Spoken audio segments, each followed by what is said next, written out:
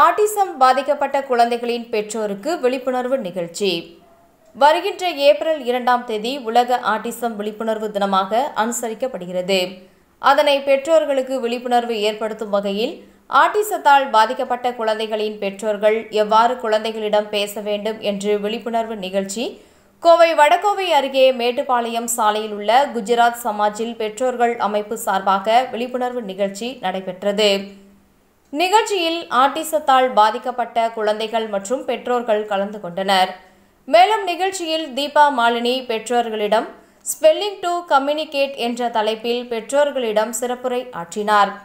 பின்னர் செய்தியாளர்களை சந்தித்து பேசிய சங்கர ராமன், ஆட்டிசம் பாதிக்கப்பட்ட குழந்தைகளுக்கு பெற்றோர்கள் குழந்தைகளிடம் எவ்வாறு பேச வேண்டும், குழந்தைகளை எவ்வாறு படிக்க வைக்க வேண்டும் என்று விழிப்புணர்வு ஏற்படுத்தி வருவதாக கூறினார்.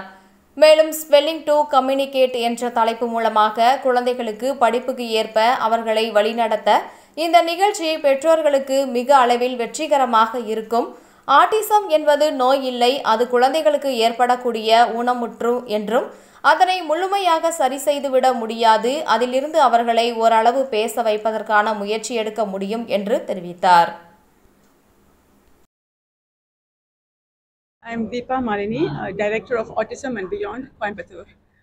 Today I want to talk about the Spelling to Communicate program, which is very effective for children diagnosed with autism. It is not only for children, it's meant for children, adolescents and adults. So the children doesn't have to wait until they become an adolescent or adult to get into the Spelling to Communicate. We can start as early as 3 years old.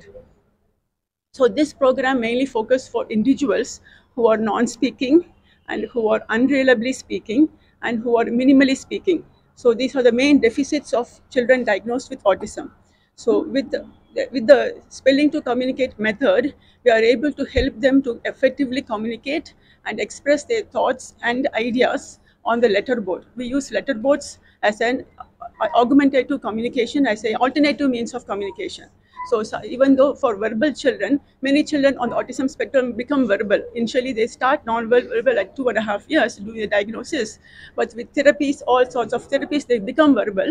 But even when they become verbal, it's not like they have a conversation what we are able to have for a long time. So it is kind of limited. But with this Spelling to Communicate, we can help them and also helps them to learn the academic goals at their age level. A 14-year-old is doing 8th standard CBSE. A 18-year-old is doing a 11th grade CBSE curriculum.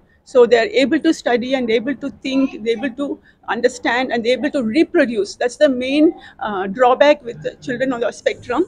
What other therapies did was it helped a lot, but children were not able to reproduce. But through S2C, they're able to reproduce on the boards and their cognition is really coming out. So what I would like to say, what you see an autistic person outside is not the same what they are inside. What the duration? The earlier we start, you see the early intervention is the right way to go, sir. And this don't have to wait on S2C to become an adolescent or adult. You can start as early as 3 years old. And I'm working for 6-year-olds to college. That's why we have to focus on. As of now, we are fully equipped to help them graduate from schools. What the future goal? Coming up with their own thoughts and ideas. Their conversation is also moving from abstract to concrete.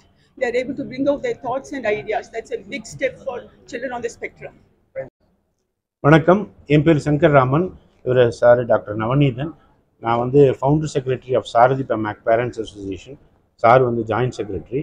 இந்த அமைப்பு வந்து பெற்றோர் சங்கம் 2000வது வருஷம் தொடங்கப்பட்டது. இது மனவளர்ச்சி, autism மற்றும் மூளை முடக்குவாதம் ஆகியவற்றால் பாதிக்கப்பட்ட குழந்தைகளுடைய பெற்றோர் சங்கமாகும். இந்த பர்டிகுலர் ப்ரோக்ராம்ங்கிறது வந்து ஸ்பெல்லிங் டு கம்யூனிகேட்டுங்கிறது ஆட்டிசத்தால் பாதிக்கப்பட்ட குழந்தைகளுக்கு அவர்கள் மனதில் நினைப்பதை வெளிப்படுவதற்கு ஒரு ஸ்பெல்லிங்கை ஒரு கருவியாக பயன்படுத்தி அவர்களது எண்ண ஓட்டங்களை மற்றவர்களுக்கு புரியும் விதத்தில் தெரிவிப்பதற்கும் அவர்கள் தங்களுடைய கல்வி தகுதியை மேம்படுத்துவதற்கும் பரீட்சைகள் எழுதுவது, இப்போ வந்து 10ஆம் கிளாஸ் +2 இதெல்லாம் NIOS சிலபஸ் இருக்குது, அதிலெல்லாம் படித்து பாஸ் பண்ணுறதுக்கு இந்த ஸ்பெல்லிங் டு கம்யூனிகேட்டுங்கிற இந்த ப்ரோக்ராமால் அவங்க தன்னுடைய எண்ண ஓட்டங்களை எழுத்து வடிவில் கொண்டு வந்து அடுத்தவங்க கூட கம்யூனிகேட் பண்ண முடியும். ஏன்னா ஆட்டிசம் குழந்தைங்களுடைய மிகப்பெரிய பிரச்சனையே அவங்களால அவங்க என்ன ஓட்டங்களில் அடுத்தவங்களுக்கு தெரிவிக்க முடியாது தான் காரணம். ஏன்னா கிட்டத்தட்ட 30% ஆட்டிஸ்டிக் குழந்தைங்க நான் வெர்பல் குழந்தைங்களா இருப்பாங்க. அதாவது அவங்க ஊமை கிடையாது, பட் அவங்களால பேச முடியாது. அப்புறம் சில பேர் செமி வெர்பலாக இருப்பாங்க. குறிப்பிட்ட வார்த்தைகளை மட்டும் நீங்கள் சொன்னால் அதை மட்டும் திருப்பி சொல்லுவாங்க. அவங்களுக்கு ரொம்ப லிமிட்டட் வெக்காபுலரி, ஒரு குறைந்த அளவு சொற்களே அதனுடைய அர்த்தத்தோடு அவங்க புரிஞ்சுக்கிற மாதிரி இருப்பாங்க.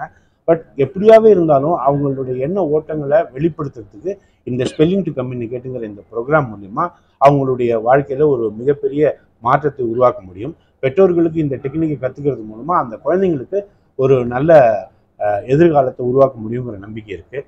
நன்றி. குணமாயி அப்படிங்கிற வார்த்தை கிடையாது, ஏன்னா இது நோய் கிடையாது, இது வந்து ஒரு ஊனம்.